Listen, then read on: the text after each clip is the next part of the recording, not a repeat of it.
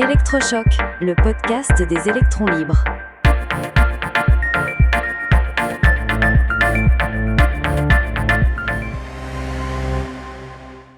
Les 6 erreurs de Gabriel Zucman.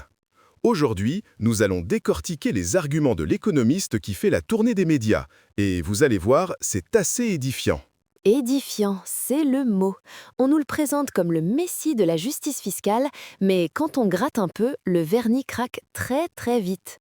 On commence par son affirmation la plus choc ? Oh oui, celle qu'on entend partout. Les ultra-riches paient moins d'impôts que la moyenne des Français. C'est son grand cheval de bataille.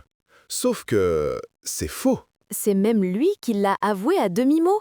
Il a fini par concéder que non, il ne paie pas moins que le français moyen, mais moins que les cadres supérieurs, ce qui est déjà un tout autre débat. Mais même cette affirmation est bancale. Pour arriver à ce résultat, il inclut dans les revenus des milliardaires les bénéfices non distribués de leurs entreprises. C'est pour le moins tendancieux. Absolument.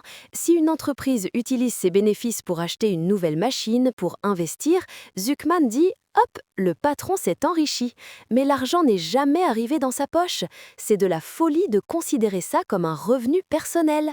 C'est comme si on vous disait que la valeur de votre maison a augmenté et qu'on allait vous taxer dessus comme si vous aviez reçu un salaire. C'est absurde.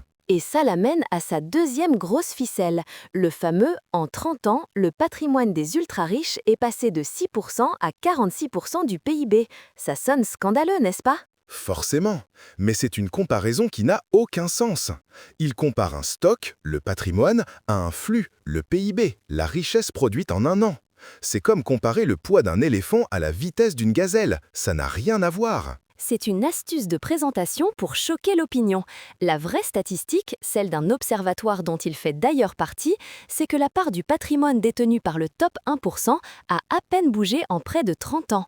On est passé de 24,6% à 27,2%. C'est tout de suite beaucoup moins spectaculaire, hein ? Ah, mais ça ne fait pas vendre de livres, et ça ne justifie pas sa fameuse taxe.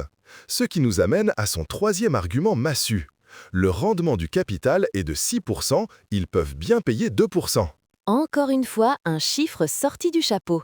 Le rendement moyen du CAC 40, c'est plutôt autour de 3,3%. Et pour des fleurants comme Hermès, Airbus ou Dassault, c'est même sous les 2%. Donc, si on suit sa logique, leurs actionnaires paieraient plus d'impôts qu'ils ne reçoivent de dividendes. On marche sur la tête.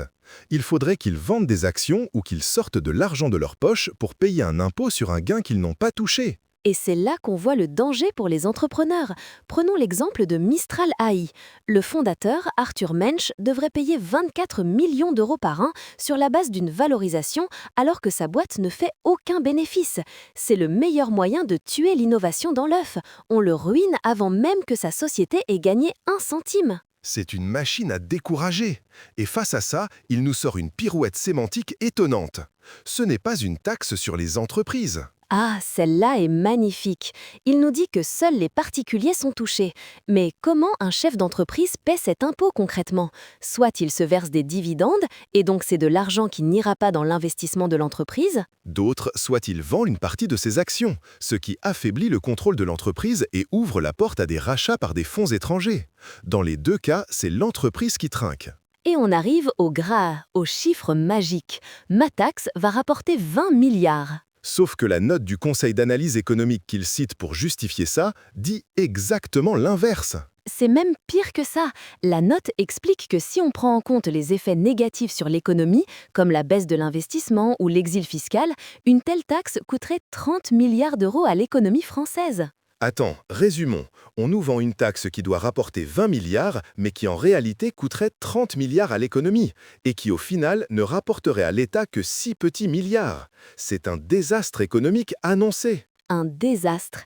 Et pour éviter que les entrepreneurs ne le fuient, il a tout prévu. C'est sa 6e et dernière solution miracle. Ça semble assez cynique. Il dit sa taxe ne fera fuir personne, mais juste au cas où, il propose de taxer ceux qui partent. Et cette exit tax existe déjà. Elle a été allégée parce qu'elle ne fonctionnait pas et rapportait des miettes. Lui, il veut la durcir en rendant les gens imposables jusqu'à 10 ans après leur départ. C'est une logique de prise d'otage fiscale.